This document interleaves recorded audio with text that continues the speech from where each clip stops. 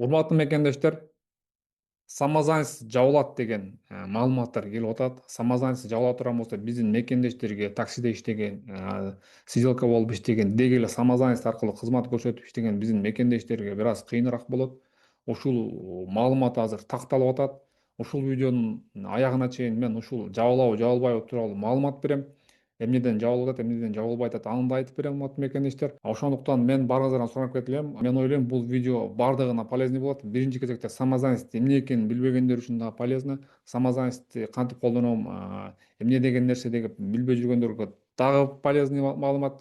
Ошондой эле колдонуп баштаган мекендештерге, легализация боло албай аткандарга, легализация болом деп аткан мекендештер үчүн дагы бул өтө пайдалуу маалымат болот, пайдалуу видео болот. Баарыңыздар билесиздер, биздин каналдан бир гана маалымат берип койбостон, биз проблемалардын решенияларын, чечимдерин. Ошондуктан мекендештер, бул видеону поддержка кылып, лайк басып, жана биздин каналга подписация болуп коюңуздар. Ошондой эле биздин Инстаграм жана Телеграмга дагы подписация болуп коюңуздар. Биздин Инстаграм, Телеграм каналыбызга ссылкалар биринчи комментарийде жана описанияда болот.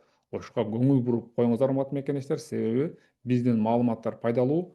Менин максатым биздин көптөгөн мекендештер ушул пайдалуу маалыматтарды алса. Самозанятость отмена болот дегенде биринчи кезекте бул Совет Федерациясы жактан сунуш берилди.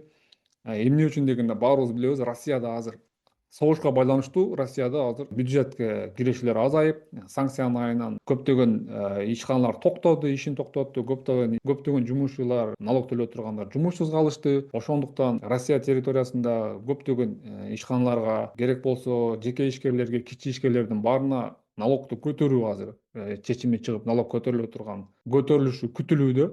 Ошондуктан азыркы биз бул самозанятость ИПларга налогду төлөбөй коюучу бир инструмент катары колдонулуп калышы мүмкүн, налогтон качуучу инструмент катары колдонуп калышы мүмкүн деп Совет Федерациясы бүгүн бизге налог түшпөй калат экен деп туруп, ошону эртерээк жапканга аракет кылып атат.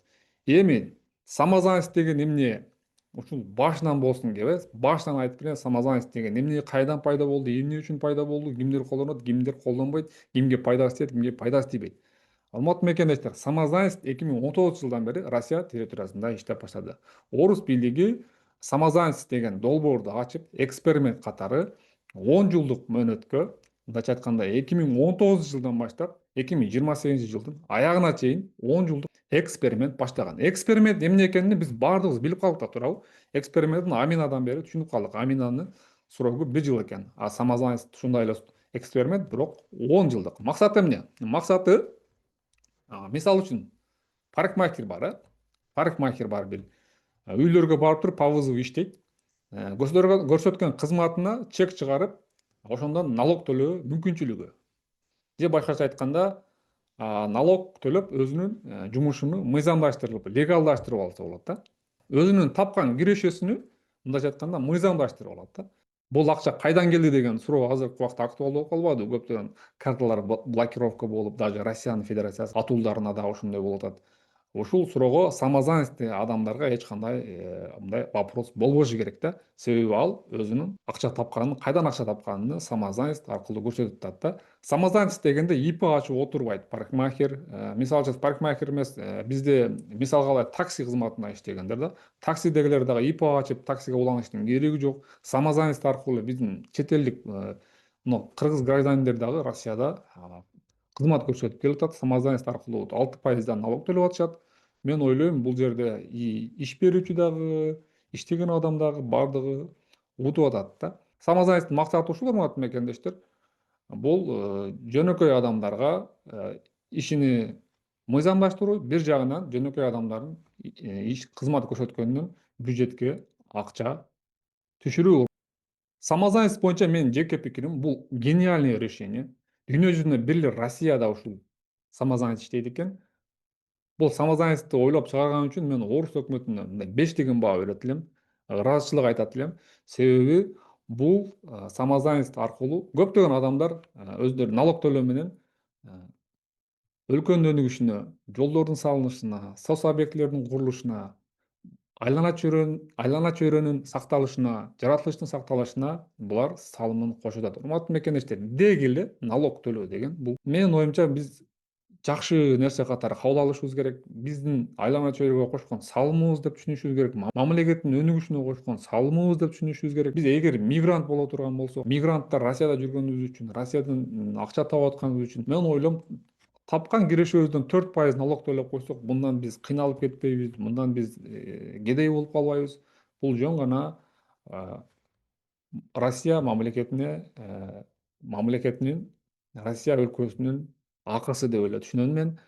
Жана ошондой эле бул түшүнүктү бекемдеп кетиш үчүн мен айтат элем, диний азыр алымдар видеолор чыгып атпайбы бар жакта кеңеш беришип да, алар да айтып атышат зекет депчи, зекетти берип туруш керек, бул парыз дейт. Мен ойлойм, бул зекет катары эле кабыл алсак болот да мунучу. Ошондой түшүнүк менен биз төлөп турсак, мен ойлойм бул жакшы болот. Анан кийин налогтон качкандар бар экен. Атайын налогтон төлөбөстөн өзүнчө бекитип, аны ээрдик көргөндөр бар экен. Мынча налог төлөбөй койдум өкмөткө, мындай кылдым, андай кылдым дегендерди мен негизи колдобойт элем. Бул туура эмес, урматтуу мекендештер. Анан биздин мекендештер үчүн дагы эң пайдалуу жагы самозанестен ЭСке кирген өлкөлөрдүн атуулары самозанятость менен кызмат көрсөтсө болот. Бул мен ойлойм биз үчүн эң жакшы мүмкүнчүлүк. Биз легалдуу жүрүшүбүз үчүн эң жакшы мүмкүнчүлүк, урматтуу мекендештер. Бул мүмкүнчүлүктү биз колдон чыгарбашыбыз керек.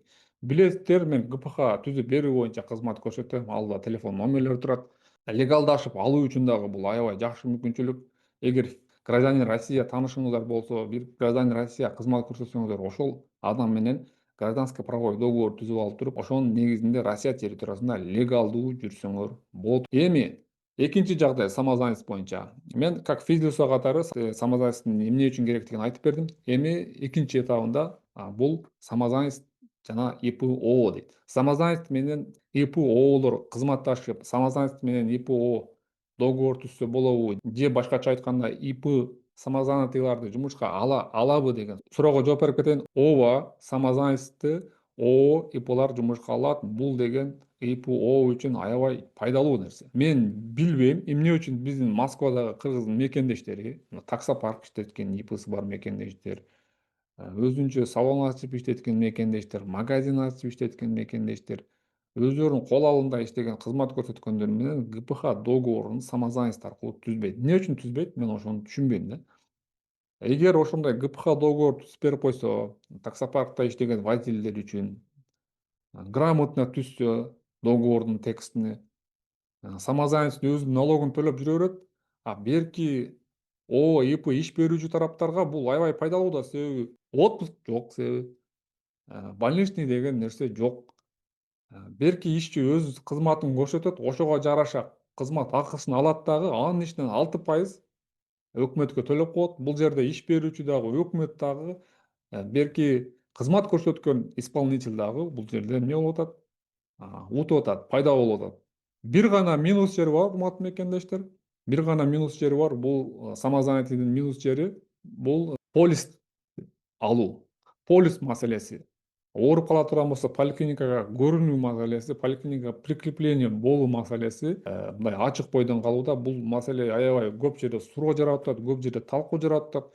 Көбү айтат болот, болбойт дейт. Мен айтам, урматтуу мекендештер, бул болот, бул возможно. Бул жөнүндө мен материал даярдап жатам, атайын материал даярдап жатам. Эгер ушул маалымат сиздерге керек болсо, ушул маалымат актуальный болуп, бул суроого жооп таппай жатсаңыздар, урматтуу мекендештер, ушул видеого көбүрөөк реакция басыңыздар. Канчалык көп реакция бассаңыздар, мен ушул 1-2 күндүн ичинде дал ушул кантип самозанятыйлар поликлиникага прикрепление болуп, поликлиникадан ооруп калса көрүнө алат деген суроого атайын видео даярдайм. Ошол видеодо мен ушул суроолордун баардыгына жооп бермекчимин, урматтуу мекендештер. Андыктан баарыңыздардан реакцияны күтүп калам, урматтуу мекендештер. Дагы бир менде көп суроо келип атат да адамдардан. Ошол суроого азыр жооп берип коеюн. Самозанятость болуп, ГПХ договор түзүп туруп, азыр реестрден чыгып кетсем болобу деген суроо келип атат да магачы. Бул суроого мен мындай жооп берет элем. Болот, ооба, чыгып кетсеңер болот самозанятый менен. Бирок бардыгы эмес. Баарына эле ошол ГПХ түзүп жөнөткөндө ОВМ принимать этпей атат уведомлениясына. Себебини мен түшүнбөй атам. Себебини бирок тактаса болот. Ким менен ошол РФ гражданин менен чогуу ОВМге барып тактаса болот. РФ гражданин өзү барып туруп тактаса болот. Мисалы үчүн бир орус жараны менен сиздер келишим түздүңөр, ГПХ дейли. орусча аны уведомление жөнөттү. Ал жактан кабыл албай койду. Эмнеге кабыл албай койду деп, орусча аны силер эмес, таштап коюп өзү эле барып туруп сүйлөшсө болот. Анан реестриге кирген болсо, эмне үчүн реестриге кирди, ошол маселелерин дагы сүйлөшүп келсе болот бир жолу.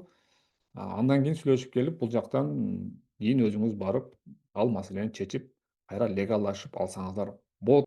Бүгүнкү биздин видеобуз аягына чыкты. Бул видеого көбүрөөк реакция бересиздер деген үмүттөмүн.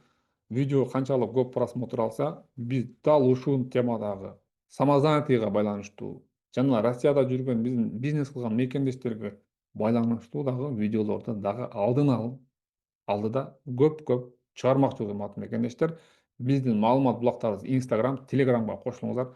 Жана Imo'до биз прямой эфирлерди күндүк өткөрүп атабыз. Күнүнө 4 саат мен байланышта болуп атам. Москва убактысы боюнча 10дон баштап 14:00 чейин мен WhatsApp'та, Telegram'да жана ошондой эле Imo'до прямой эфирде болом. Instagram'да пока прямой эфирге чыга албай атам, себеби подписчиктердин саны 1000ге жете элек экен.